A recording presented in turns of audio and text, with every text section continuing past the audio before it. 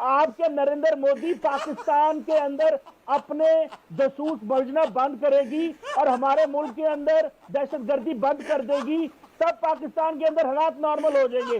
तो ये सवाल का जवाब तो करते थे, लेकिन रिजवान साहब उनकी गलत नकल उतार देंगे। जिस तरह से हंसते हैं वो कतन अमरीश पूरी स्टाइल नहीं है। वो तो मुझे कोई हायना नहीं होता लकड़ भग्गा, मुझे तो उस तरह की हंसी लगती है रिजवान साहब की। तो रिजवान साहब आपकी इस हंसी का क्या राज है?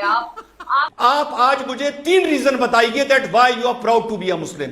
3 reason, 3 reasons of last 50 years बताइए। बताइए वन। पहली तो बात मैं आपको बताऊं, मतलब मैं बहुत ही पक्की मुसलमान हूं। मैं कोई अल्लाह माफ करे कोई कादियानी या no tell me one reason, tell me the first reason, tell me the first reason, tell me the first reason, tell me the first reason that why you are proud to be a Muslim. पिछले 50 साल के record उठा के देखिए, why are you proud to be a Muslim? I follow Muhammad, peace be upon him, who is the last prophet sent on this earth by Allah. That is why I am proud to be a Muslim. I don't have prophets after Muhammad sallallahu alaihi wasallam to follow. आप मुसलमान हैं, आप मुझे बात पूछे, आपको अपने सवाल पे जवाब देना चाहिए. You should be ashamed of your question. Last 50 years में भी आपने जितनी अपने सारे बच्चों को बुलाया गया था किसके लिए? सामान, जूते, ड्रेस फ्रेस देने के लिए। लेकिन उनको ये नहीं पता था कि एक नाई छुपा बैठा है। नाई से मैंने सारे बच्चों पर मशीन चलवा दी, जैसे एनडीए के कैडेट्स पर ज्वाइन करते ही चलवाई जाती है। हेलो, नमस्कार, सत श्री अकाल, अस्सलाम वालेकुम, कैसे हैं जनाब? तो बहुत दिनों बाद पाकिस्तान के पैनलिस्ट मेरे चक्कर में फंसे। यूं तो मैं पाकिस्तान के किसी गेस्ट को अपने चैनल पर इनवाइट नहीं करता हूं और इनके डिबेट्स भी अवॉइड करता हूं, क्योंकि मेरा पूर्णतः यह मानना है कि सन 71 की इतनी डिसिसिव विक्ट्री लेने के बाद अगर भारत अपना इंफ्रास्ट्रक्चर में, अपनी मिलिट्री में, अपनी मैन्युफैक्चरिंग में, अपने रिसर्च एंड डेवलपमेंट में अगर हम चाइना से कंपटीशन शुरू कर देते या उनसे तुलना अपनी करनी शुरू कर देते, तो आज भारत कहीं का कहीं होता। मेरा ये कम से कम मानना है कि पाकिस्तान से आर्मी कंपेयर करके या इंफ्रास्ट्रक्चर कंपेयर करके या सेल्फ मैन्युफैक्चरिंग कंपेयर करके भारत ने अपना नुकसान उठाया है। खैर, इस पे कभी और बात होगी। तो साहब, पाकिस्तान के पैनलिस्ट मिस्टर चीमा और मिस मोना सामने आ गए और मेरा तरीका वही है, बस कुछ सवाल पूछना। मैं दोनों को कंपेयर नहीं कर रहा हूं, लेकिन बदकिस्मती यह है कि हिंदुस्तान के पैनलिस्ट से जब सवाल पूछता हूं तो जवाब नहीं मिलता। अजीब अजीब बातें सुनने को मिलती हैं जवाब की जगह। और यही हाल आज नहीं, आज से पहले से मेरा पाकिस्तान के पैनलिस्ट के साथ चला आ रहा है। मैंने सिर्फ जब मुझ पर बोलने की बात आई, पहले तो एक बात बता दूं कि पाकिस्तान के प्राइम मिनिस्टर ने हाल की अपनी स्पीच में बोला, मैं 70 की दिहाई में और 80 की दिहाई में हिंदुस्तान जब क्रिकेट खेलता था और क्रिकेट खेल के जब पाकिस्तान आता था तो लगता था एक गरीब मुल्क से एक खुशहाल और अमीर मुल्क में आ गया हूं। सुना आपने? तो उनका यह मतलब था कि सन 80 में जब हम यहां से खेल के जाते थे तो लगता था बहुत ही अंडर डेवलप्ड कंट्री है और हम बहुत ही डेवलप्ड कंट्री में हैं।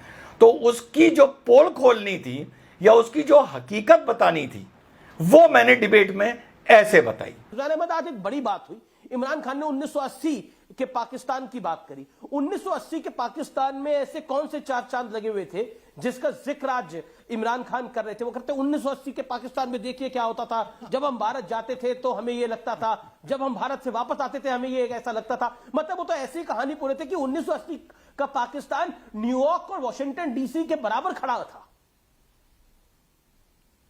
जी, बहुत बढ़िया, बहुत बढ़िया। अमीश भाई, शॉर्ट में बता दूं, फिर अपनी बात रखने का मौका दीजिएगा। 1900 जो अभी चीमा भाई ने भी बोला कि हमने जंग लड़ी अफगान रशियंस के अगेंस्ट, 1980 का जो पाकिस्तान था वो सऊदी अरेबिया के पेट्रो डॉलर्स के चलते, जो सऊदी अरेबिया ईरान को न्यूट्रलाइज करना चाह रहा था ग्लोब में और अपना सुन्नी वर्ल्ड को स्ट्रांग करना चाह रहा था। 1980 का पाकिस्तान रशिया के चलते अमेरिका से टेक्नोलॉजी लेता था और सुन्नी होने के चलते सऊदीया से पेट्रो डॉलर लेता था।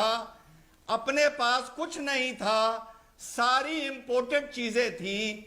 भारत खुद मैन्युफैक्चरिंग कर रहा था, ये इंपोर्ट कर रहे थे, तो ऐसा लगता था पाकिस्तान तरक्की कर रहा है। पहली बात समझे साहब, पाकिस्तान का हमेशा ये हाल था कि मुंह चिकना लगे बिरयानी खा रखी है और पेट में फाके, यानी पेट खाली। अपना इनके पास कभी कुछ नहीं था। कभी ये सऊदी अरेबिया की ज़कात पर चले हैं, कभी ये अमेरिका की टेक्नोलॉजी पर चले हैं जो रशिया को और इंडिया को काउंटर करने के लिए इनको दी जाती थी। तो अपना इनके पास कुछ नहीं था, इधर से लिया उधर से लिया, और उसको जब ये सजाते थे, जैसे कलर टीवी आना, कंप्यूटर आना, कोई इंफ्रास्ट्रक्चर की कोई चीज डेवलप होना, तो इन लोगों को लगता था कि हम डेवलप्ड हैं। पहली चीज। खैर, हम आगे चले। मैंने एक छोटा सा सवाल पाकिस्तान के दोनों पैनलिस्ट से पूछा। जब मोना ने बार बार इस्लामोफोबिया का नाम लिया, तो मैंने सिर्फ इतना सवाल पूछा कि why Islamophobia, why not Jewphobia in the world, why not Hinduphobia in the world, why not Christian phobia in the world, why not confusion phobia in the world, Sikh phobia in the world, why? तो उसका जवाब क्या मिला आप ये देखिए। और मैं इनको हर जो ये बात इधर उधर की कर रही थी काउंटर करता जा रहा था, और एंड में आप बताइए कि इन्होंने मेरे सवाल का क्या जवाब दिया। आज जी गौरव भाई से मैं एक जगह सहमत नहीं हूं, जो उन्होंने कहा, जो गौरव भाई ने कहा कि हमारी माइनॉरिटी को गले लगाया जाता है। गौरव भाई आप गलत हो, हमारी माइनॉरिटी को सर पे बिठाया जाता है। आप अपने आप को करेक्ट करो गौरव भाई, यहां पे हिंदुस्तान में माइनॉरिटी को सर पे बिठाया जाता है, पहली बात। दूसरी बात, मोना आलम जी ने कहा इस्लामोफोबिया है जी, बड़ा पैनल है, कम बोलूंगा। तो मोना आलम ये बता दे कि ज्यू फोबिया क्यों नहीं है, क्रिश्चियन फोबिया क्यों नहीं है, कन्फ्यूशियन फोबिया क्यों नहीं है, पूरी दुनिया में हिंदू फोबिया क्यों नहीं है, इस्लामोफोबिया क्यों है? आज मोना आलम पूरे देश को ये बताएंगी, पूछिए इनसे। देखिए, मोना जवाब 30 second, then I will go to. जहां माइनॉरिटी में ये लोग हैं, उनके लिए भी उसी तरह से जमीन तंग है, ये तो मैं नहीं कह रही हूँ। लेकिन इस्लामोफोबिया एक बहुत बड़ा एक फिनोमिनन इसलिए है क्योंकि आपको पता है कि सेकेंड लार्जेस्ट जो मजहब के लिहाज से आबादी है वो मुसलमानों की है, लेकिन उसके बावजूद अगर उनके लिए इस्लामोफोबिया है तो ये प्रॉब्लमेटिक सिचुएशन है। ये इसलिए हम बात कर रहे हैं। और अगर दुनिया का कोई भी लीडर क्यों है, क्यों है फोबिया, मोना, उनके लिए आवाज उठाता है, तो क्यों है? हमने ये तो नहीं कहा कि इस्लामोफोबिया गलत है, लेकिन जियोफोबिया ठीक है या हिंदूफोबिया ठीक है, नो, वो भी उतना गलत है। हम तो यही बात करते हैं। नहीं, इस्लामोफोबिया क्यों है? वाई बुरा होता है तो उसके लिए ओहो, इस्लामोफोबिया मोना आलम क्यों है? What do you think Islamophobia क्यों है? What is the reason of Islamophobia? I am asking you, why?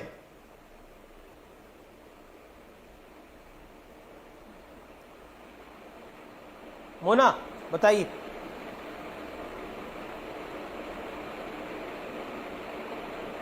Mona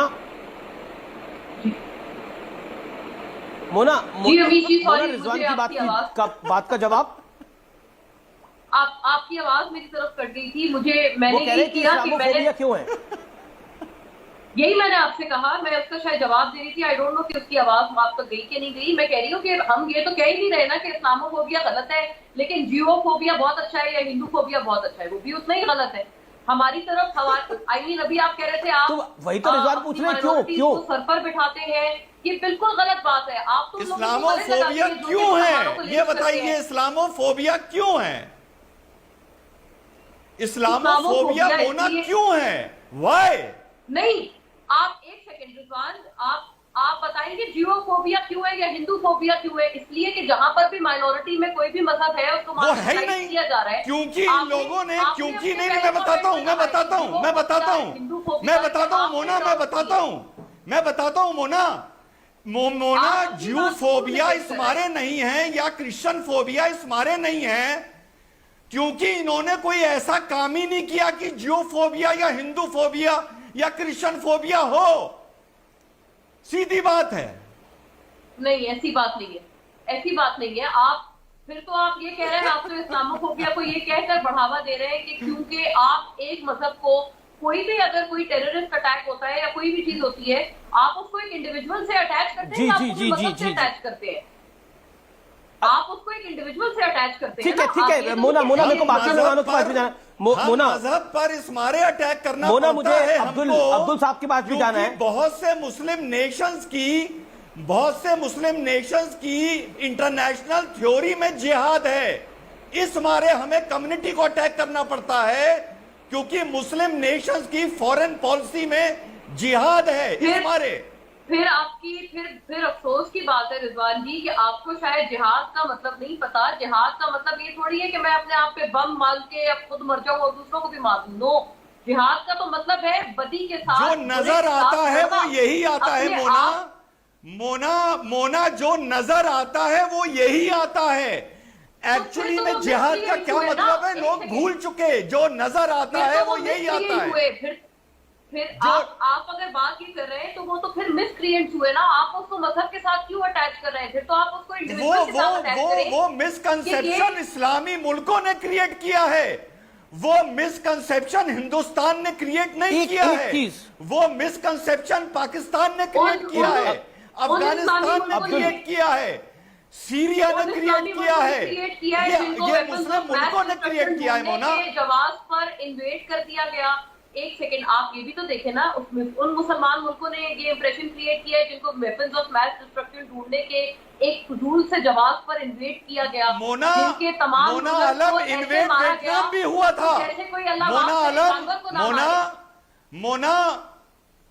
Mona InvIT Vietnam भी हुआ था, लेकिन वहां टेररिज्म नहीं आया। इन्वेट वियतनाम भी हुआ था मोना, लेकिन वहां जिहाद नहीं आया। जापान पर भी एटम बम मारे गए थे, लेकिन वहां जिहाद नहीं आया। नहीं, ये बात भी आपकी गलत है क्योंकि मैं एक सुना साथियों, अगर दुनिया में इस्लामोफोबिया है तो इसके पीछे सबसे बड़े जिम्मेदार हम हैं जिन्होंने इस्लाम की इज्जत की। हम मुसलमानों ने जिन्होंने सुपारी ले रखी है। हमसे किसी ने नहीं कहा था कि अल्लाह अकबर कह के गले काटो। हमसे किसी ने नहीं कहा था कि जिहाद के नाम पर वेबसाइट चलाओ। हमसे किसी ने नहीं कहा था कि जब आतंकवादी संगठनों के झंडे बनाओ तो उसमें कुरान पाक की आयतें और कलमा लिखो। हमसे किसी ने नहीं कहा था कि पूरी दुनिया में 800 रजिस्टर्ड टेरर ऑर्गेनाइजेशन चलाने वाले इस्लाम का नाम लेकर चला रहे हैं और पाकिस्तान में खुद यूनाइटेड नेशन के 100 डेजिग्नेटेड टेररिस्ट वास करते हैं, रहते हैं और बड़े आराम से रहते पीते खाते सोते हैं। तो अगर पूरी दुनिया में इस्लामोफोबिया है तो इसके जिम्मेदार हम हैं। लेकिन मेरे सवाल का जवाब मोना आलम नहीं दे पाई। आगे बात बढ़ी, इधर उधर की बात होने लगी, प्रोग्रेस की, इसकी उसकी, इमरान की। मैंने कहा यार सारी बातें छोड़ो, एक सीधे से सवाल का जवाब दो। पाकिस्तान के दो सम्मानित पैनलिस्ट क्या बैठे हुए हैं? इस्लामोफोबिया और मुसलमान पे आ जाती है। ये आज जी एक मिनट में इनसे एक सवाल पूछ लूं, बड़ा छोटा सा सवाल है। हम पाकिस्तान पर कोई कमेंट्री नहीं करते चीमा भाई, मोना आलम। हमें बस आप दोनों इतना बता दो कि दुनिया की क्रिकेट टीम बिना सिक्योरिटी के पाकिस्तान कराची लाहौर में कब जाएंगी और दुनिया भर का टूरिस्ट कराची लाहौर और इस्लामाबाद में बेखौफ कब तक घूमने लगेगा? आप हमें ईयर बता दो, 2050, 2040 ईयर, कौन से ईयर तक ऐसा हो जाएगा? बताइए बताइए।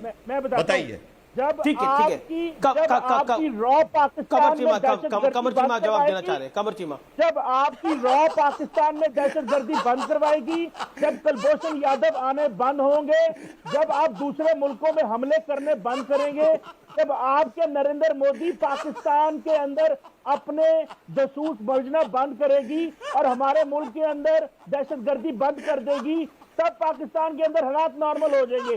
तो ये सवाल का जवाब तो आप अपनी सरकार। अच्छा ये बताइए, ये जो लाल मस्जिद में धमाका कराया था, ये जो पाकिस्तान की लाल मस्जिद में धमाका कराया था, एक सेकेंड भाईजान सुन तो लो, ये जो पाकिस्तान की लाल मस्जिद में धमाका कराया था, ये किसने करा दिया था? अब बताइए, हाफिज सईद को कौन पाल रहा है? कौन पाल रहा है? मसूद अजहर को, हाफिज सईद को? जी लश्कर-ए-तोयबा इंडिया ने बनाया। ओसामा बिन लादेन को ओबेटाबाद में argument is so weak, Qamar Chiba. Okay, let Mona Alam reply to this question. This is a very Pakistan के कैंटोनमेंट में हिंदुस्तान ने छुपा के रखा। वाह भैया वाह भैया वाह। जी एक सेकेंड। अब ऐसे जवाब पर यार आदमी हंसी सकता है या अपना सर पीट सकता है। ठीक, अब जब यह सवाल मोना को ट्रांसफर कर दिया गया तो शुरू में सुनिए मोना ने क्या कहा। मोना आलम, एक सेकेंड रिजवान अहमद। मोना आलम, ओसामा बिन लादेन। जी मोना आलम, ओसामा बिन लादेन आपके यहाँ मिलता है, हाफिज सईद आपके यहाँ है, इसके अलावा तमाम दहशतगर्दी तंजीमें आपके मुल्क से निकलती हैं और उसके बाद कमर चीमा आपके जो फेलो पैनलिस्ट है पाकिस्तान के, वो भारत को ब्लेम करते हैं। क्या आपको लगता नहीं है कि you are not smelling the coffee? समस्या जहां है उसका निदान वहां करिए। प्रॉब्लम्स दोनों तरफ की मुझे तो लगता है सबको खुल के बात करनी चाहिए। जब बात होगी तभी तो प्रॉब्लम हल होगी। लेकिन अमीश, आप मुझे सुना, पता नहीं क्या कहा कि दोनों तरफों को कुछ करना चाहिए। उसके बाद सुनिए मोना आलम मुझे काउंटर करने के लिए क्या शगुफा, क्या बात लेके आई जिसका मैंने तसव्वुर भी नहीं किया था और कल्पना भी नहीं की थी। सुनिए। रिजवान साहब, मुझे लगता है कोई अमरीश पुरी से बहुत इंस्पायर्ड है। हम भी उनको बहुत प्यार करते थे, लेकिन रिजवान साहब उनकी गलत नकल उतार रहे हैं। जिस तरह से हंसते हैं वो कतन अमरीश पुरी स्टाइल नहीं है। वो तो मुझे कोई हायना नहीं होता, लकड़ भग्गा। मुझे तो उस तरह की हंसी लगती है रिजवान साहब की। तो रिजवान साहब, आपकी इस हंसी का क्या राज है? आपकी सारा डिबेट थोड़ा सा साइड में रखें और हमें ये बताएं कि आप ये किससे इंस्पायर होकर कर रहे हैं। क्योंकि ना ऐसा अमरीश पुरी हंसते थे, ना ऐसा वो शाकाल आपके विलन थे वो हंसते थे। ऐसा तो कोई भी नहीं हंसता था। ये तो मैंने सिर्फ हायना को देखा है ऐसे हंसते। ये हो सकता है ये गुस्सा ना दिखाते हो, हंस के बात को टाल देते हो। मोना, ऐसा भी हो सकता है। Rizwan Ahmed, you want to comment on this? 10 seconds Rizwan, 10 seconds. सुना आपने? आज से 3 साल पहले मुझे कभी मेरे सवाल के जवाब नहीं मिलते। 3 साल पहले मैंने मोना आलम जब बार बार proud of being a Muslim, proud of being a Muslim, proud of being a Muslim कह रही थी, तो मैंने उनसे ये एक सवाल पूछा था। देखिए उसका इन्होंने क्या जवाब दिया था। मैं तब भी हंसा था, मैं आज भी हंसा हूं। आप क्या इस सिचुएशन को इमेजिन करती हैं कि पूरा वर्ल्ड अगर पाकिस्तान को गाड़ियों के, कंप्यूटर के, सॉफ्टवेयर के, मोबाइल के स्पेयर पार्ट्स देने बंद कर दे तो you will go back to bullock cart age. I am not exaggerating. आप जो अपना मेकअप करती हैं, आप जो हेयर कलर करती हैं as a women, maybe Maybelline, made Revlon, made be matte, made be cover girl, ये भी आपका बाहर से ही आता है। ये भी आपका बाहर से ही आता है। अगर ये आना बंद हो जाए आपको सर में देसी मेहंदी लगानी पड़ेगी। मैम, आप आज मुझे 3 रीजन बताइए that why you are proud to be a Muslim. 3 reason of last 50 years. बताइए। 1 बताइए। 1 पहली तो बात मैं आपको बताऊं, मतलब मैं बहुत ही पक्की मुसलमान हूं। मैं कोई अल्लाह माफ करे कोई कादियानी या no tell me one reason, tell me the first reason, tell me the first reason, tell me the first reason, tell me the first reason that why you are proud to be a Muslim. पिछले 50 साल के record उठा के देखिए, why are you proud to be a Muslim? I follow Muhammad, peace be upon him, who is the last prophet sent on this earth by Allah. That is why I am proud to be a Muslim. I don't have prophets after Muhammad sallallahu alaihi wasallam to follow. आप मुसलमान हैं, आप मुझे बात पूछ रहे हैं, आपको अपने सवाल पे जवाब देना चाहिए। You should be ashamed of your question. Last 50 years में भी आपने जितनी अपने जब भी हम किसी चीज के लिए कहते हैं प्राउड, तो आपके पास उसका तर्क होना चाहिए। I am proud of the Indian army, I am proud of my democracy, but I am not proud of the corruption in India. सीधी सी बात है। I am not proud of face to face, but I am proud of mission Bharat. तो आपके लिए कोई आपके पास तर्क होना चाहिए जब आप किसी चीज के लिए प्राउड बोलते हैं, वो भी जब बार बार बोलते हैं।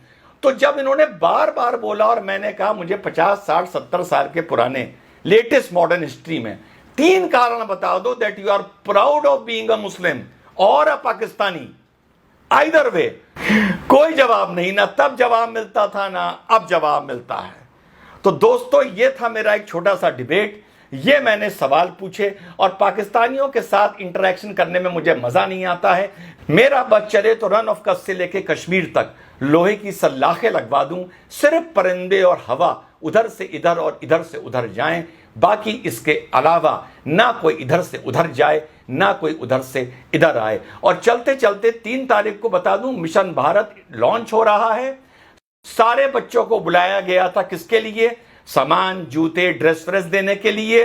लेकिन उनको ये नहीं पता था कि एक नाई छुपा बैठा है। नाई से मैंने सारे बच्चों पर मशीन चलवा दी, जैसे एनडीए के कैडेट्स पर ज्वाइन करते ही चलवाई जाती है। कंप्लीट वीडियो मैंने मिशन भारत के यूट्यूब चैनल पर डाला है, प्लीज देखिए, प्लीज सब्सक्राइब करिए। और 3 तारीख को जब मिशन भारत लॉन्च होगा उसका वीडियो मैं 4 तारीख को डालूंगा, देखना ना भूलिएगा।